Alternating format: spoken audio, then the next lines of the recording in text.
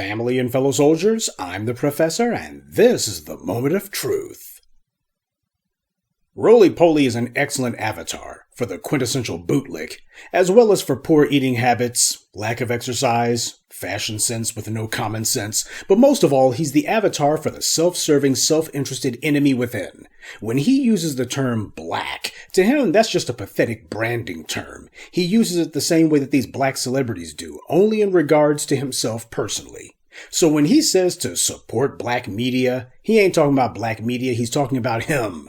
Black interests are not the interests of the DNC any more than they're the interests of the RNC. Black people didn't create either political party. We don't control them, and they damn sure don't operate in our interest. Remember, that's what I told you that the definition of black media is. A media is defined by who owns it, who controls it, and whose interest it operates in. All three of those must be aligned, or they're not black media at all. Both the DNC and the RNC have had black chairmen, and even then, neither one of them ever operated in our interest. It makes no sense for us to cheerlead for a DNC or RNC agenda any more than it would for us to cheerlead for MSNBC or Fox News. None of them are presenting our demands, and that makes them the opposition.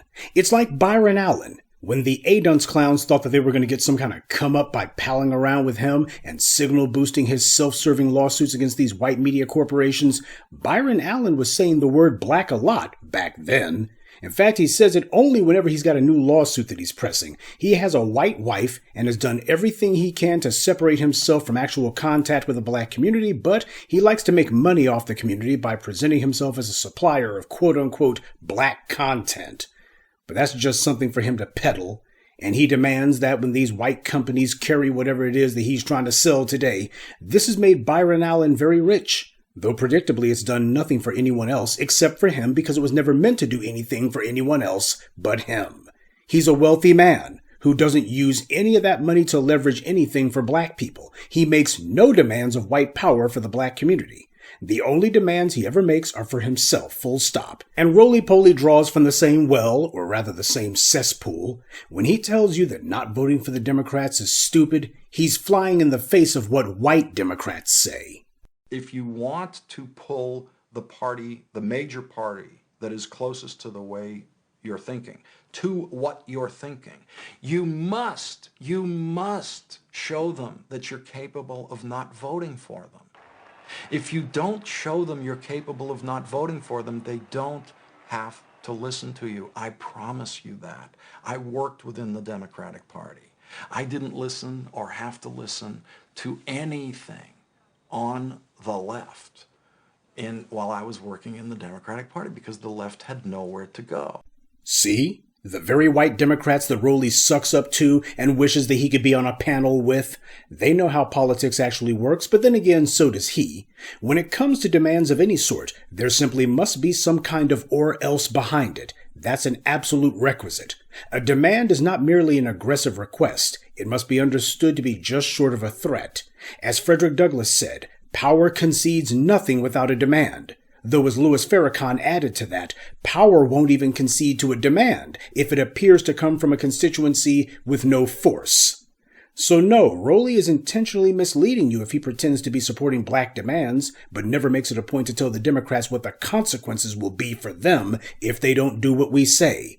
All he does is tell you what the consequences are going to be for you if you don't do what he says. His job is to present white power's demands to you and then get you to meekly obey. And that's because Roly is still trying to become a consultant to the DNC. I think he gave up on the idea that he's ever going to get himself a cable news job, though that hope burns eternal for some reason. But that's what he really wants. He's trying to get to DC one way or the other.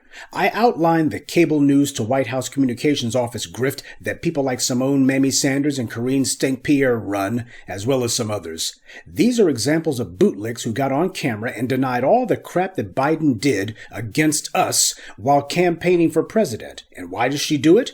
So that these people could get themselves a job working in the White House and then use that to burnish their own resumes and parlay that into some sort of cable news gig or get themselves some sort of consulting job with the corporation or become some sort of half-brained lobbyist.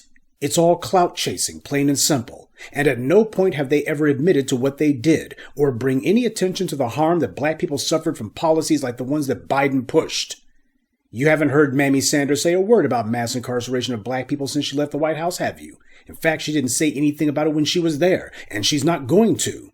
One, she ain't because she doesn't give a rip about black people, and two, she knows that people will throw her own shameless defense of the '94 crime bill in her face if she tried.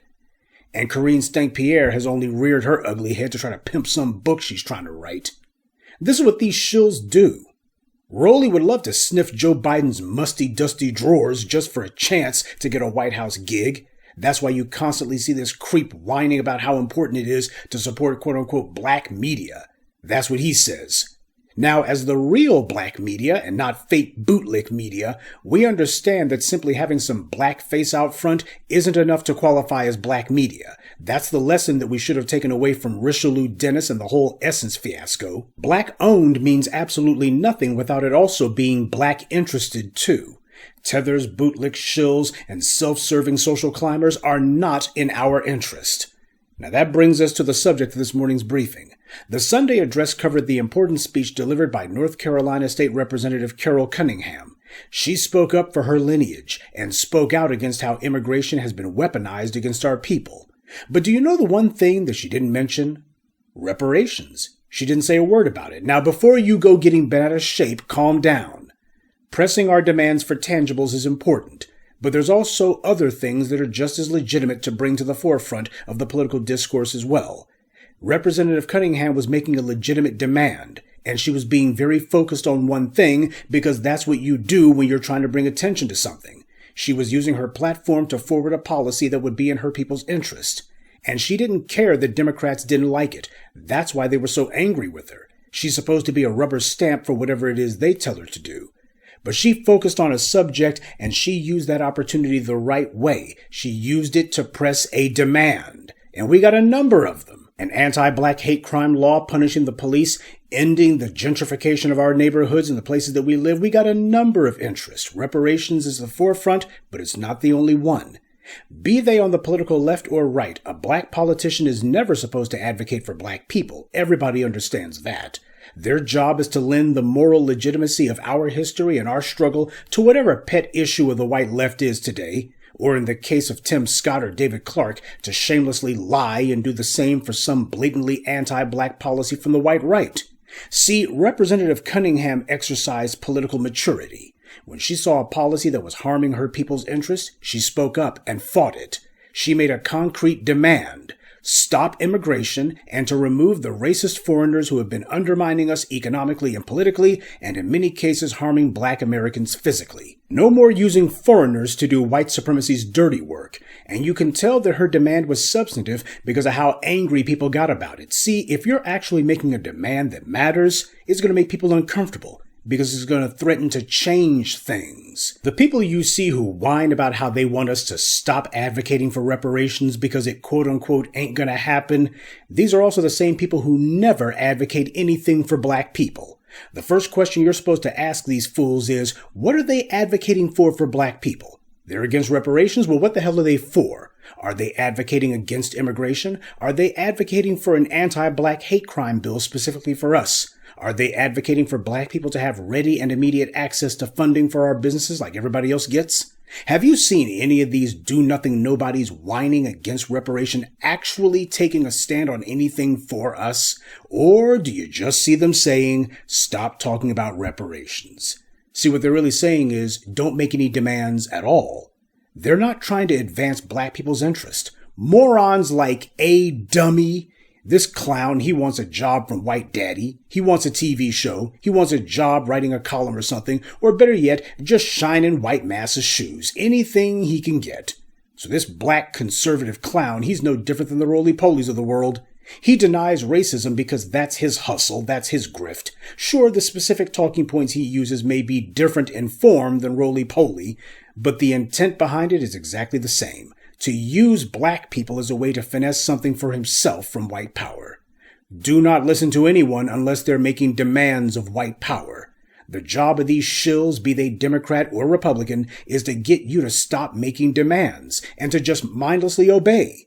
The Rollies, the A. Dummies, the Byron Allens, all of them have the same thing in common. They are non-threatening to white power. In fact, they all want something from white power.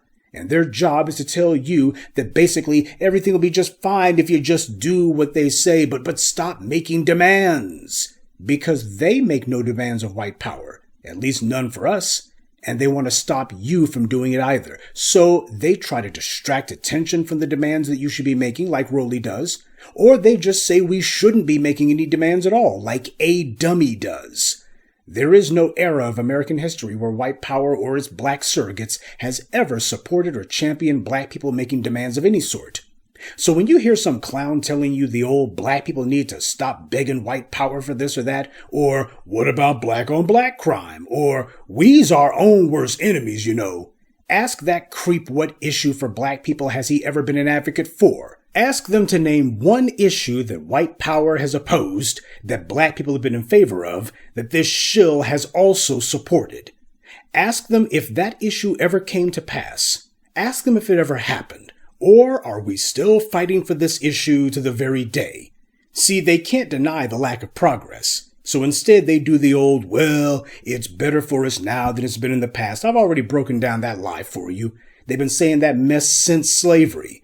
You look around today and they say, well, things are better today than they were in the 80s when Reagan was president.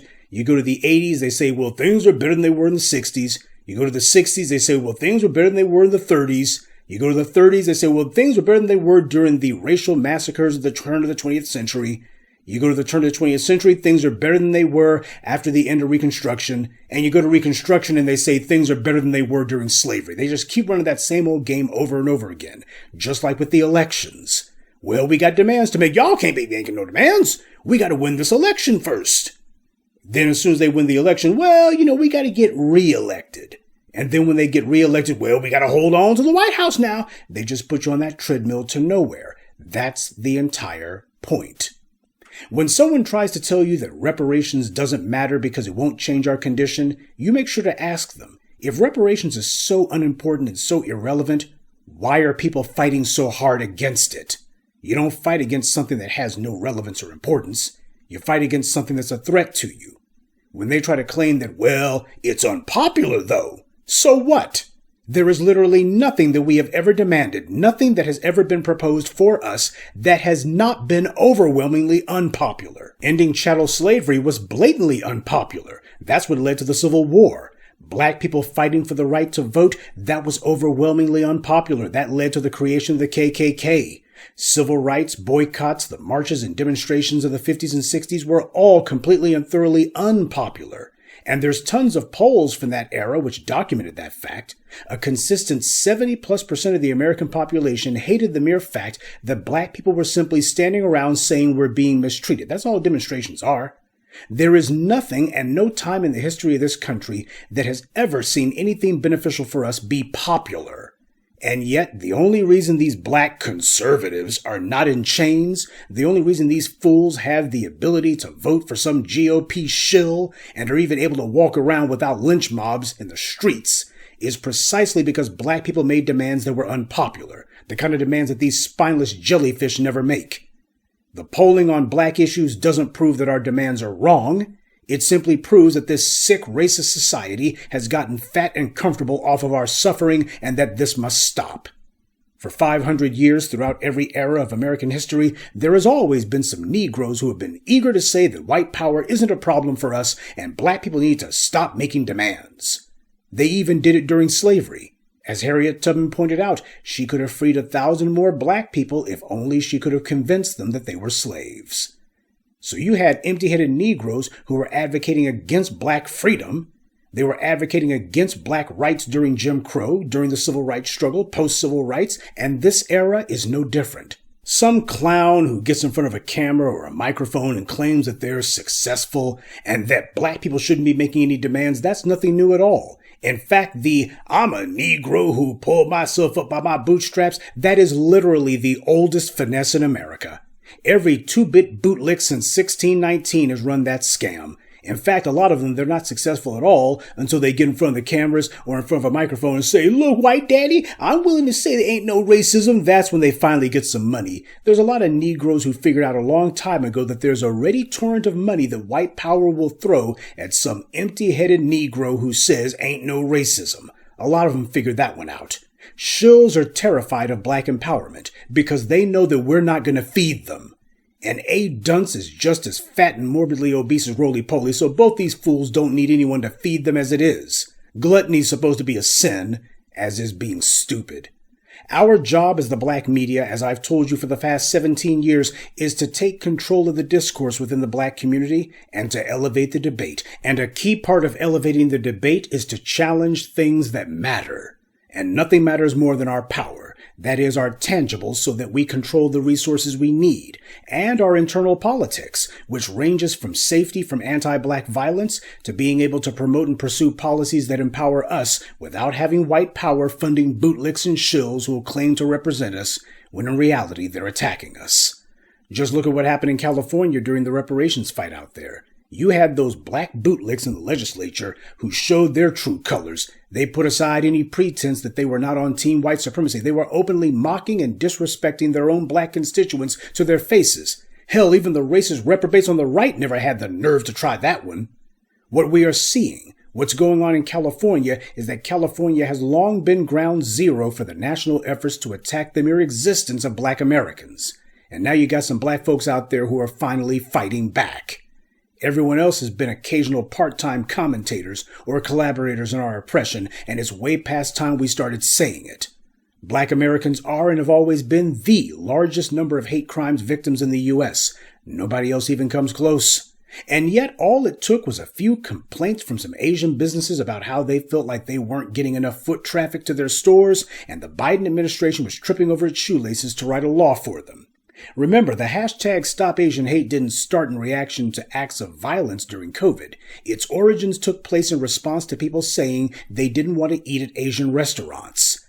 But at the same time that we had that hysteria about coast-to-coast anti-Asian hate crimes, when you look at the FBI's own stats, you see that black people were and continue to be the largest victim of actual hate crimes, numerically and percentage-wise. But you wouldn't know it by what the Roly Polies and others were saying. Be they on the left or the right, these Negro shills weren't talking about that at all. And you talk about introducing an anti-black hate crime law, these guys, as far as they're concerned, they want to change the subject. And when you look at how the so-called black politicians attack the reparations activists in California, you see that this is the Black Legislative Caucus showing exactly what their job is: run interference for the enemy. So the real lesson of Representative Cunningham's bold speech was more than that she took a stand against the Democrat establishment. It was that she made a demand, a real one.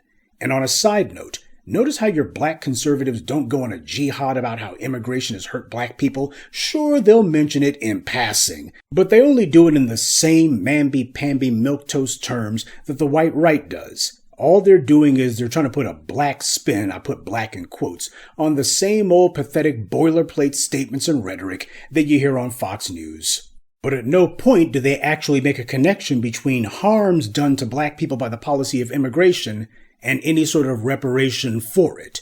You don't see them making demands about that on behalf of black people. After all, if white power isn't holding us back and isn't undermining us, and if we are our own worst enemies, then they know it would make them out to be liars if they suddenly started claiming that immigration was hurting us and that we require some sort of reparation for it. Because the right-wing bootlick's entire shtick is that the only thing holding black people back are the policies of the Democrats. Immigration has been a policy, and it proves that there have been and still are policies that specifically harm black people. And that being the case, when your black conservatives acknowledge that immigration policy harms black people, but then deny that any other policy does, then they're revealing themselves to be liars and bootlicks.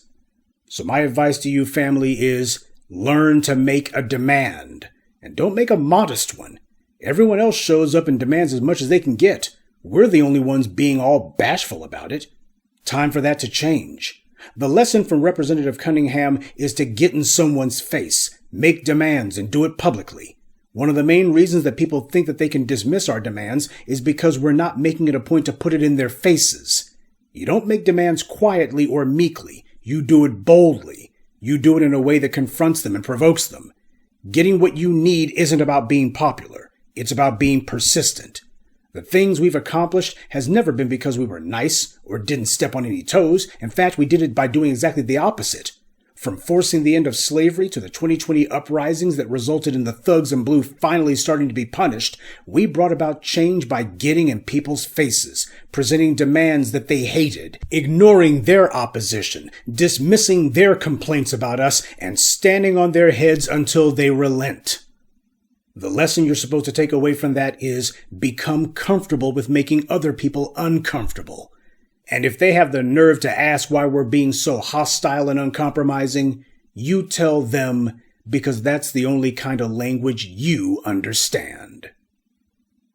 Good day, and be one.